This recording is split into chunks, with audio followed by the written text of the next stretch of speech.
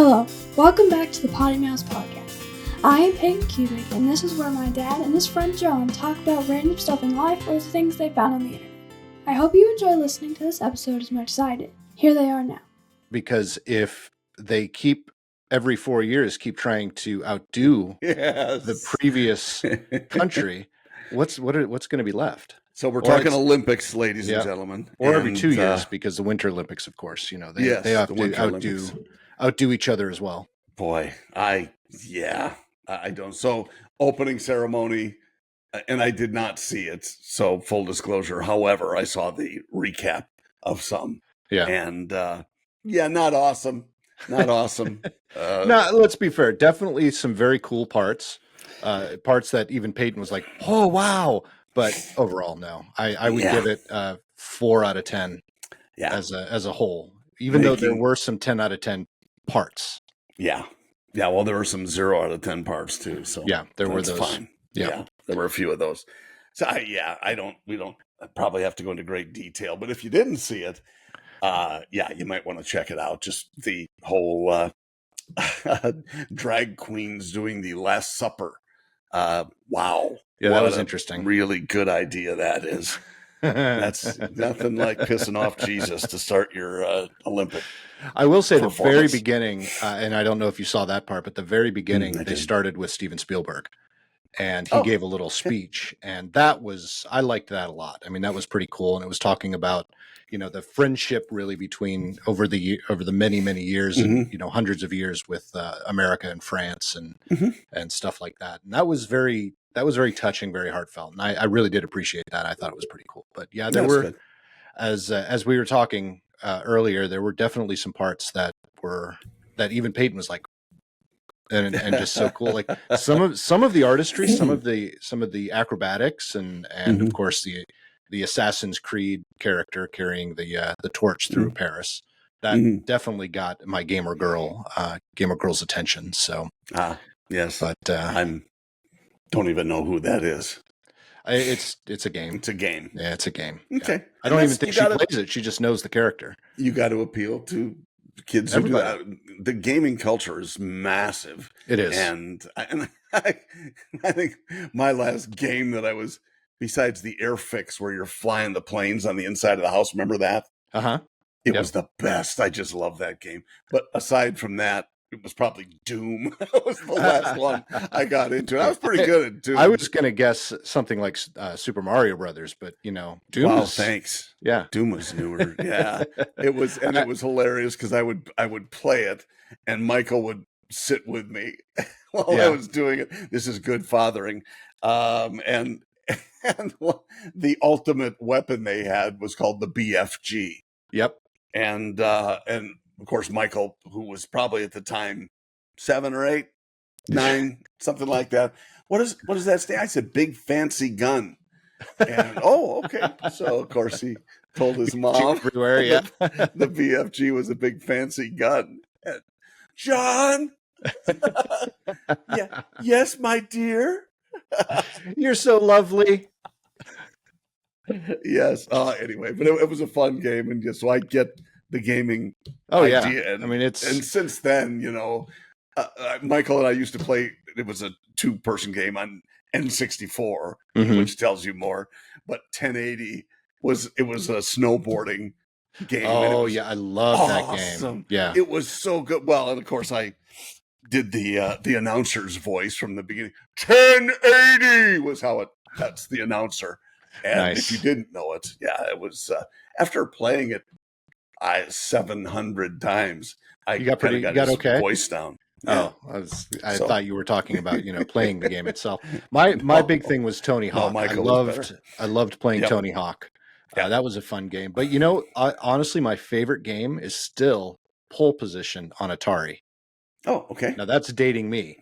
That's the racing game. I don't know if you're familiar with that. So it's I'm not, but I kind of surmised that it might be a racing with a pole position. I love Pole Position. Yeah, it was a great game. If no one knows Pole Position, look it up. I can they've brought back all of these traditional games, and you can get these old fancy game consoles that now the chips can store pretty much 100 different games. Right. I always get these, and they never have Pole Position. They have like Pac-Man. They have Mario Brothers, Mario Go-Kart, stuff like that, but never pole position. And I'm always so disappointed. I mean, it was the worst graphics. You just can't find it? You can't find it anywhere? I'm sure if I really actually looked hard enough, I could find it. But no, not on any of those $5 gift game things now. Yep. That's about how much they cost. Yeah. I remember the old, of course, again, going through the dating, the stand-up consoles, Pac-Man and Ms. Pac-Man, which apparently became more pop. I don't know. I always played Pac-Man and Missile Command and some of those. Those were the games. But, nobody was a gamer because you didn't have one in your house. They were $4,000 or $5,000 probably. Well, they still had gamers that would compete on those consoles, but it wasn't. Sure. You're right. They didn't have and they didn't have it at their house. They would have to go with their investment of a roll of quarters and just keep playing. Exactly. But have you spent any time at a Dave & Buster's? I love Dave & Buster's. I haven't been there in years now because the last one. Well, if I traveled, I would catch one, and I can't remember if it was like Indianapolis or someplace that I used to stay close to one. But yeah, because they had a great meal deal for dinner, and then they'd give you 500 tokens or whatever it was. But yes, love Dave & Buster's. Have you been to one recently? Well, in the last year, Peyton's birthday last year was a Dave & Buster's trip. But they still have some of those traditional stand-up games. Oh, do they? Yeah, they mix it in obviously with the new stuff and the VR and all of the old games that aren't even electronic, really. Right. But yeah, they have some of this. So they have Pac-Man, and but you know what they don't have? Pole position. At least the one in Nashville. Pole position is going to be like the Goonies for you. It is. Absolutely. It is. It is. That's definitely going to be the title of this particular episode.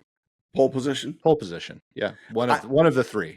I hope people aren't disappointed that it's, we're not being naughty. Yeah. Oh, I hope they do. Whatever. Yes. So, that's funny you say that because I usually go through, as you know, obviously you've been doing this just as long as I have. I go through and I look at the different keywords that come through when this is done editing, and that's what I choose the name from now. Yep. So I always pick 3 specific words. Yep. But whenever I go and upload the new one, I always go back to see what the other episodes are doing and how many watches and or listens that they have. And now it's not all encompassing because it's not including all of the places that it goes out, but just the few. Specifically Spotify actually is the one that they record. And so we joke all the time, but we really don't have a huge listener base. I mean, it's second to, I think, like Joe Rogan. He doesn't have very many. But he, the one that I saw recently that had like double the amount of views. The only reason I can figure out why it had double the amount of views is because in the title, it said conspiracy theories. Okay. Interesting. So keywords work, folks. Well, and we've said that for how many years with websites and not like it's SEM. our day job. Yeah. Well, it's yours, not mine so much anymore, which is fine. I'm fine with that. I'm not bitter or anything. Oh, not bitter at all. But I did actually. I 2 things business-wise, real quickly, which we can talk about. There are some things we don't say out loud. But I decided I'm going to post a little bit more on LinkedIn. I need to do that. Yeah. And if for no other reason, I'm just seeing people that I haven't connected with in a long time and I miss them. Yeah. And so I'm hopeful. And then this is funny. I got a buddy, and I don't think you know Todd Smith. And we used to travel on the General Motors tour doing presentations. And he's a great presenter, really smart dude. And I used to be often in the room next to him, and he'd get mad because I was loud. And so he'd say, "Your room is louder than mine." So I said, "I'm not even using a microphone." And so we'd laugh about that. Anyway, he had a post on LinkedIn that I saw last night. And I thought, "Oh, Todd, man, I haven't seen him for a while." And he had written about some work that they had just done. And it was cool to read it. And he had a link. I'd like to say it was really, really funny, but you froze until just now. Oh, sorry about that. Well, no, froze to you, but not to anybody else. Right. I'm sure everyone else is laughing and seeing me going, yeah. Anyway. That's what I did. I'm covering folks now. I'm Good job. On his profile, he had a link to his website. So I clicked on it and thought, oh, okay, website's looking good. And I didn't spend much time there. And so I got off LinkedIn and he's calling me. I see you're on my website. I said, you freak. But we've always said good marketing is borderline creepy. Oh, it's very do it well. But yeah, he can identify who's been on the site, and that's awesome. Funny. So yeah, we laughed about that. But anyway, I connected with him, and it's just nice to get back in touch with some of these folks that we haven't seen in a while. Absolutely. And you can start, if you're going to start posting more on LinkedIn, by actually giving me the recommendation I requested twice about 2 years ago. No, you didn't. I thought I did. I requested one. Oh, I guess maybe I was waiting until you someone else did yours. I did yours. I saying did how one. wonderful I am. I did one. He's very tall. I did. I went right up to where everyone else goes, and went up to ChatGPT and wrote it there and made it up there. I mean, ask them for input. Yeah. I've been using, thanks to you, I've been using ChatGPT a lot more than I ever thought I would. Oh, really? And I'm enjoying it. It's really been helpful in many regards. Helping a guy lay out his website. And ChatGPT was a great tool for identifying and collectively writing things that this is what you want on an effective website. It was really good. Yeah. No, it's great. So, and we talk about it a lot at work. And one of the things that we say, and this is something that I think is really, really important. A lot of people think you can go up to AI, tell them what you want, then copy and paste. And that's not the case. It's just a tool to help you write more efficiently. I'm not even going to say better. I'm just going to say more efficiently. You still need to go and you still need to edit. And that's I spend a lot of time editing, but it cuts my writing time in half. So not everybody does it that way. You're right, though. Yeah. No, they don't. So John, I gave you a recommendation on June 27th, 2019. Oh, Let 2019. 2019. And let's see. I requested one on June 27th, 2019, and then I suggested, or I requested another one on January 28th, 2023. Well, I guess I should get on. Boom! I'm right so rarely. Well, sometimes I know. It feels good to be right. I know. That's what Jen told me. Trust me, never right. I know. He's like never right. I know. I'm making a note. Right now. Now I'm on LinkedIn reference. A BS Nikki. I love it. I will. Now everyone should go up to my LinkedIn profile and check to make sure John actually. I'll do it. It's not going to be right now because I'm very busy at the moment. I'm not sure if you can tell. I think everyone else should go up to John's and see the recommendation that I gave him several years ago. Yeah, it was very simple. You just said John is tall, and that was it. That was the recommendation. Does it need to be anything more than that? I would honestly, smart for a tall man. I would go and read it right now, but I really want people to go read it for themselves. They will. I'm sure they will when they have nothing else to do. Because if they're listening to PoddiMouths, clearly they have nothing else to do. I have only given 6 in my career, 6 recommendations, and you're one of them. So you should feel. Well, I do. I think I've given fewer than that, but that's okay. Yeah, that is okay. I don't know if it's okay or not. I will definitely do that, and I apologize for my delay. Don't apologize. Don't be like mean that. It. It's not like I meant it. Okay, good. I'm glad. I'm glad.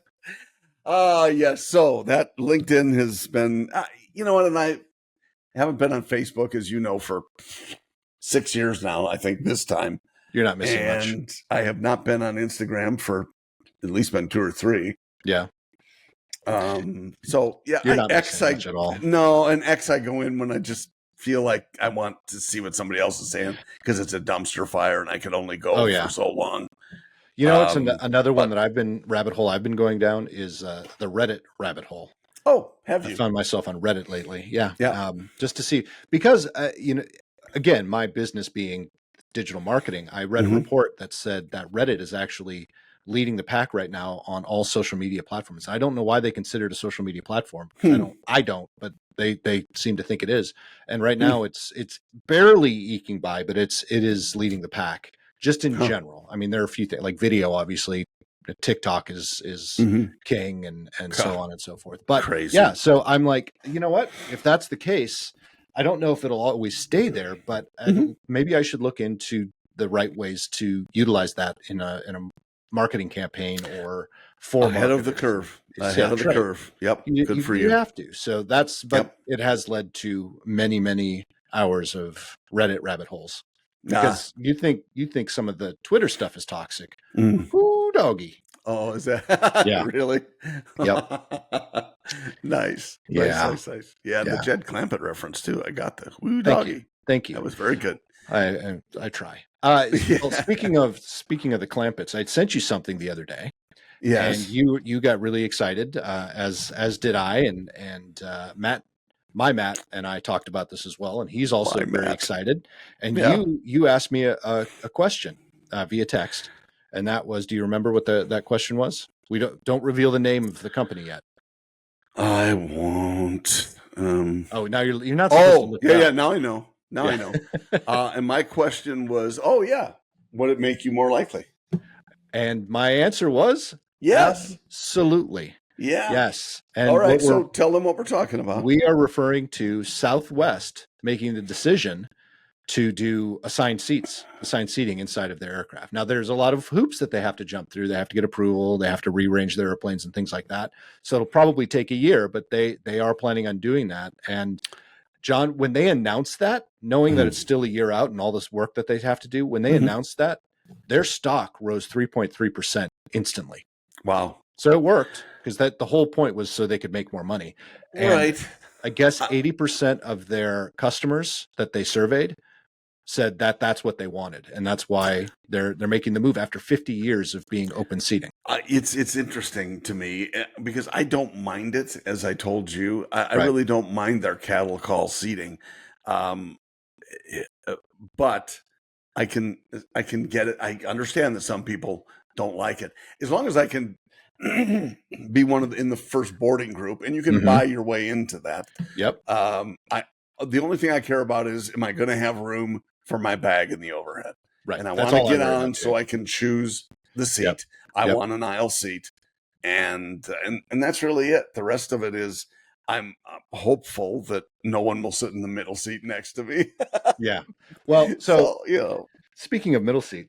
Yes. Excuse me. Today is Saturday. We're recording on a Saturday morning. And this, by the way, folks, is going to be a shorter podcast because I do have to get going in the very near future. I haven't even packed yet. But Peyton and I are leaving for Minnesota today, and we're flying Southwest. I have never in my life, and I told you in the last episode that I did pay to get into the A1 through 15. Yep. But never in my life have I ever been A1.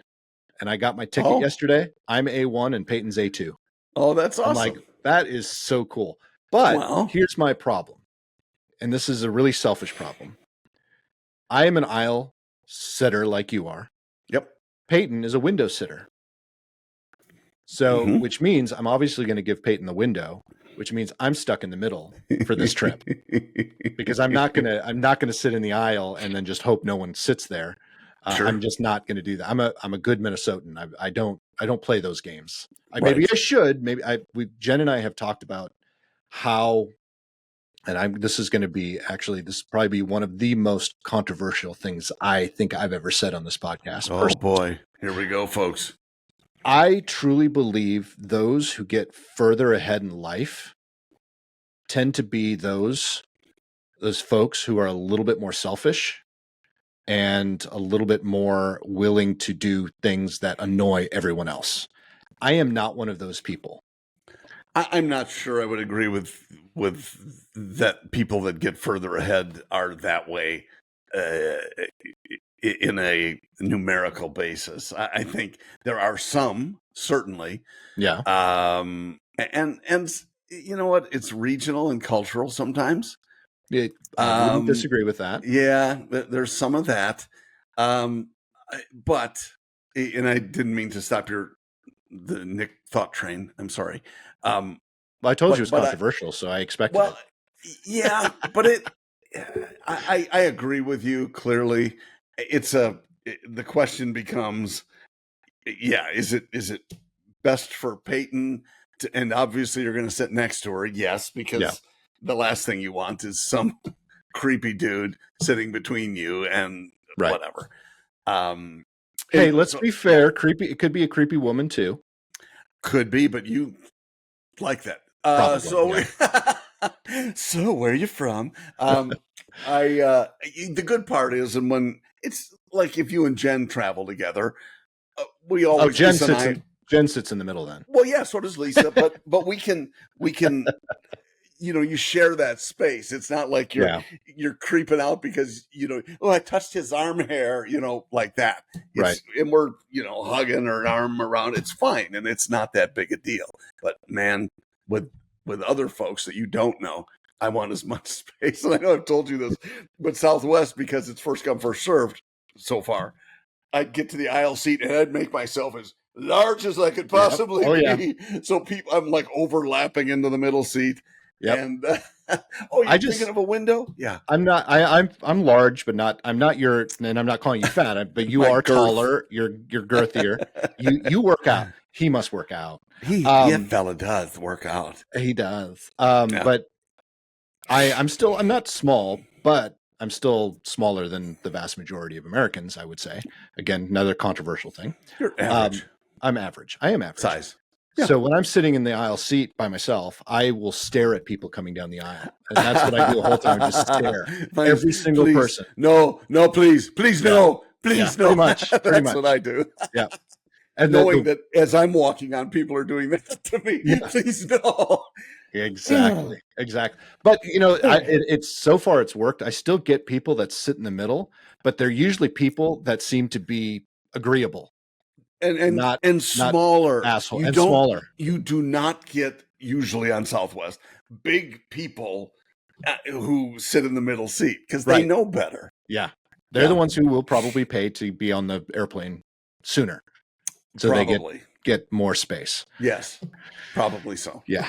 So anyway, I think it'll be I'm looking interesting for Southwest. I think, clearly they did the research that supports it, and that's brilliant. And I'm hoping with this move though they keep their routes, because that was the big thing that Matt and I were talking about. Mm-hmm. The reason I would fly south, two main reasons I would fly Southwest more if they had assigned seatings, and that's excluding whatever they're going to end up doing with their points. However they do their frequent flyer. It's like free flights, isn't it? I don't know. But I think it's like companion free companion pass. Yeah. Whatever they end up doing with that aside, the two main reasons.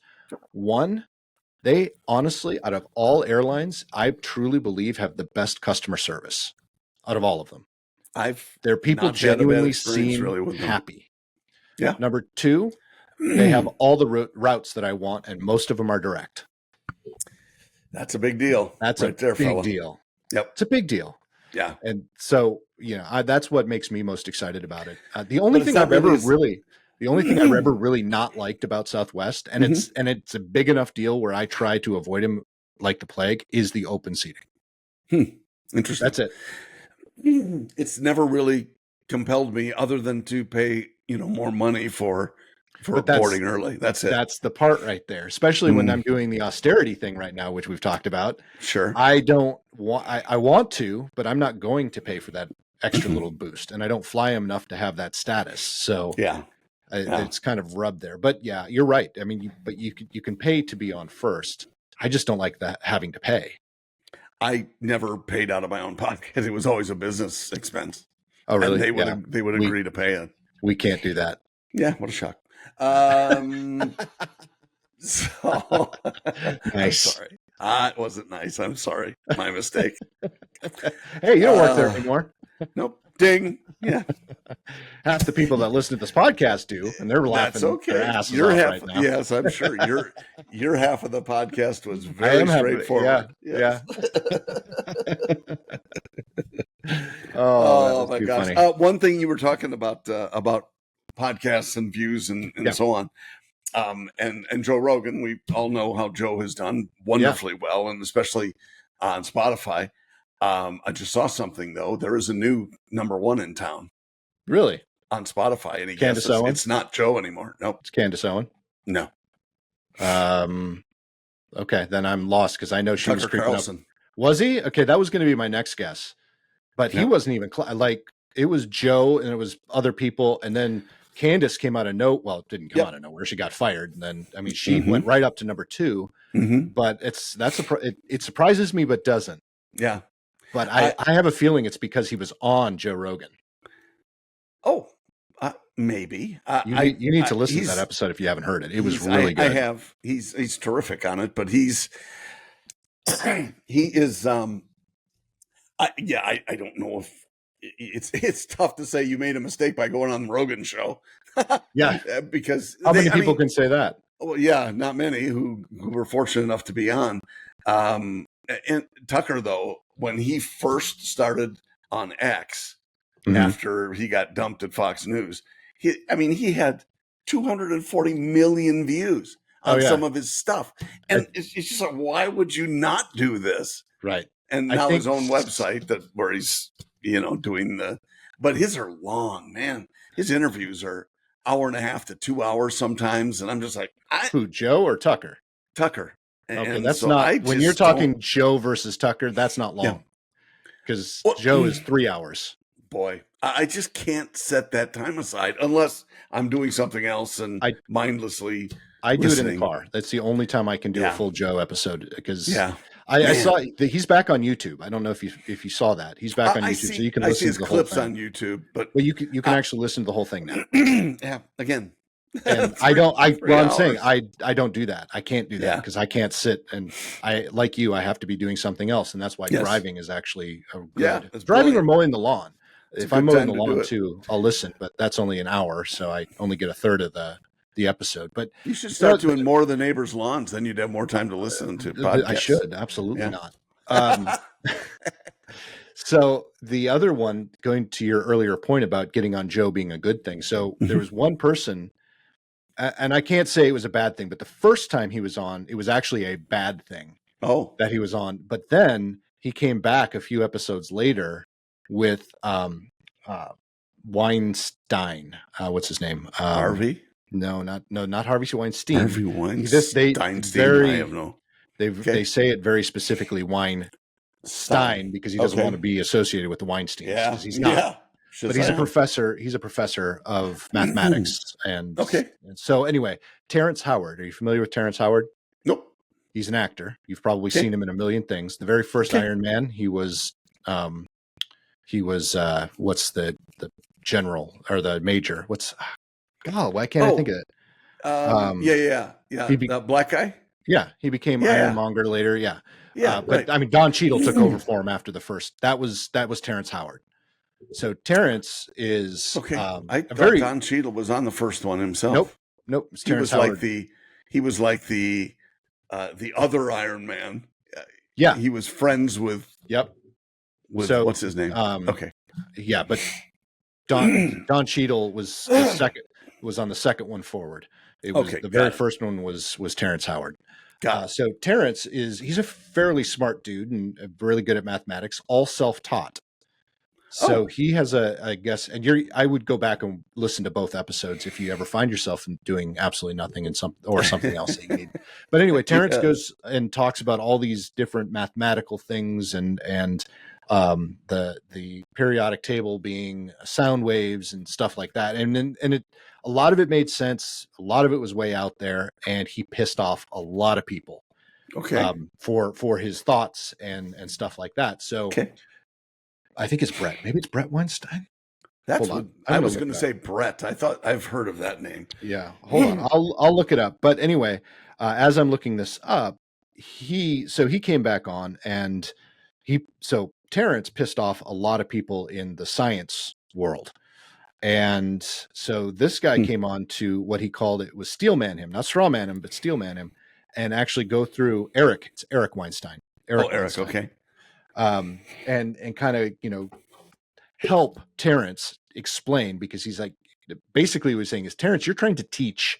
And when you're teaching, you're a self-taught person trying to teach people that have devoted their lives to the subject you're trying to teach. And you're not using the words correctly. So let me help you discuss what these things are, and let me help you learn how to communicate. So instead of getting all the people pushing back on you for your ideas, which he said most of them are actually pretty good, instead of getting the pushback, you'll actually get help. And it's a really good episode, but you get frustrated while you're listening to it because Terrence just wants to jump in, and he's like, Eric's like, stop, you're teaching again. Don't teach. It was really, really interesting. But cool. Yeah, Terrence Howard pissed off a lot of scientists when he went on Joe Rogan, and pissed off a lot of people. So, but the second episode was in my mind, was very redeeming. Still waiting to hear the any pushback from that. Yeah, highly recommend both episodes, though. That would be excellent. Again, it's just I have these books I'm supposed to be reading. They're all audio books, so I can do that, which I much prefer, actually. But man, just trying to make the time to do it. Oh yeah, so that's the challenge. And so to have an extra 2 hours or 3 hours or whatever to say, I think I'm going to listen to a podcast while I play solitaire. Yeah, I don't do that either. Great. I don't even listen to this podcast. Well, it's funny you say that, because I behind me, so I know you can't see it because it's all dark, and right now it's actually got a lot of camping stuff still strewn about, but I've got a chair over here and a light that I put over there specifically so I could sit and read. We also have a couch in our bedroom so Jen and I can sit and read and not be in front of the TV or anything like that. And you know how often we use either space for sitting down and reading? Probably not very often. No. I haven't. I probably haven't picked up a book in 2 months. Yeah. Audiobook, yes. Picked up a book, no. And I have every intention to. I always okay, this morning I'm going to get up, I'm going to work all day, and then when I'm done, instead of turning on the TV, I'm going to sit down and I'm going to read for an hour. And then I get done with work that day, I cook dinner, we eat dinner, I sit down, and I'm like, yeah, no, that ain't going to happen. Can't do it. I either have a headache or I'm just too tired. Yes, totally get it. I'm going to bring a book with me this week, and I'll probably not even crack it. Well, at least you'll have it. Yeah, exactly. It's a safety thing. If I didn't have it, then I'd want it, right? But I guarantee Peyton will bring 3 books and finish them all twice. Good for her. Wow. Good for her. Yeah. She's a reader. She is a reader. Yeah. She scores off the charts when it comes to reading. She got the highest score. So I don't remember this as when I was a kid, but now they take what they call them pre-ACT tests. So every year they take basically an ACT test. And she scored the highest in her entire middle school for her grade. Wow. Yeah. I was pretty happy with that. That's awesome. She definitely doesn't get that from my side of the family. Well, maybe my side of the family, but not from me. Okay. You're getting that from your uncle, from your probably twice removed. I don't know. Yeah, because she doesn't have any real uncles. No. Not on my side. No. Not on your side. My dad, out of 4 kids, my dad was the only male. So all she has is female aunts, and I don't have any siblings. So neither does Jen. It's an only child. We've talked about this, I think. I'm an only child, Jen's an only child, and Peyton's an only child. Yeah. You have had an only child in your family. You can understand how stubborn the 3 of us can be. Potentially. Yeah. Yeah, when you grow up with 4 brothers and sisters, that's a whole different ballgame. Yeah. Those interactions, just looking back on. On the other hand, just before we got on air, I had a nice chat with my brother who also has multiple myeloma. I know I've told you this. Yeah. We both have it. And so, his treatments are about a year behind mine. So, gotcha. Everything he's using to treat it, I've already that you've done. Yeah, exactly. But anyway, it's nice to have that, to be able to just chat him up and talk with him, and on we go from there. But how prolific is that particular disease? Not very. Okay. No, I shouldn't say that. It's. I had never heard of it before I contracted it. So it's in the leukemia family. It's a blood disorder, and it's not. And it is not. I've told you this. It is not a family thing. It's not. It doesn't have anything to do with family. So anytime I tell one of my doctors that my brother has been diagnosed with it too, they say, "Oh, must be environmental." And so we've talked about that and thought about that and informed, of course, our other siblings about that. They can actually be tested and go online and register and so on, which they've done. So, and no one else has it? No, not yet. And we're hopeful that will be the case. It's just, so what, they used to fog for mosquitoes when we were kids. Potentially. They've said that there is some incidents of it from things like Roundup, but things like that can also cause glyphosate. So I don't know if that's what it is or what it was or whatever. Maybe something environmental, but the chances of both of us having it are minuscule. Yeah, that's interesting. Someone should do a study. The reason I ask is I too have never heard of it until you, and now I know your brother, and now I was speaking to another friend of mine whose fiance has it. So 3 in the last 5 years is, I mean, that to me that's bigger than unless I'm the cause. I could be the environmental factor there. Dave doesn't hang around with you enough. That's true. And it's one of those things where you don't know until you know. And I'd go in for treatment and see all these folks in the waiting room. And I'm like, everybody? Really? And some of them have other things they're being treated, but we'd go in for infusions and they'd hook you up to an IV, and some of these folks have ports in, and so they're breast cancer or whatever. And man, you just go, okay, I could be doing a lot worse, because there are some things that some of these people just and some are, or most are actually these days, but it's so debilitating. Speaking of, I don't know if it's true, but I have seen posts around the internet saying that they found a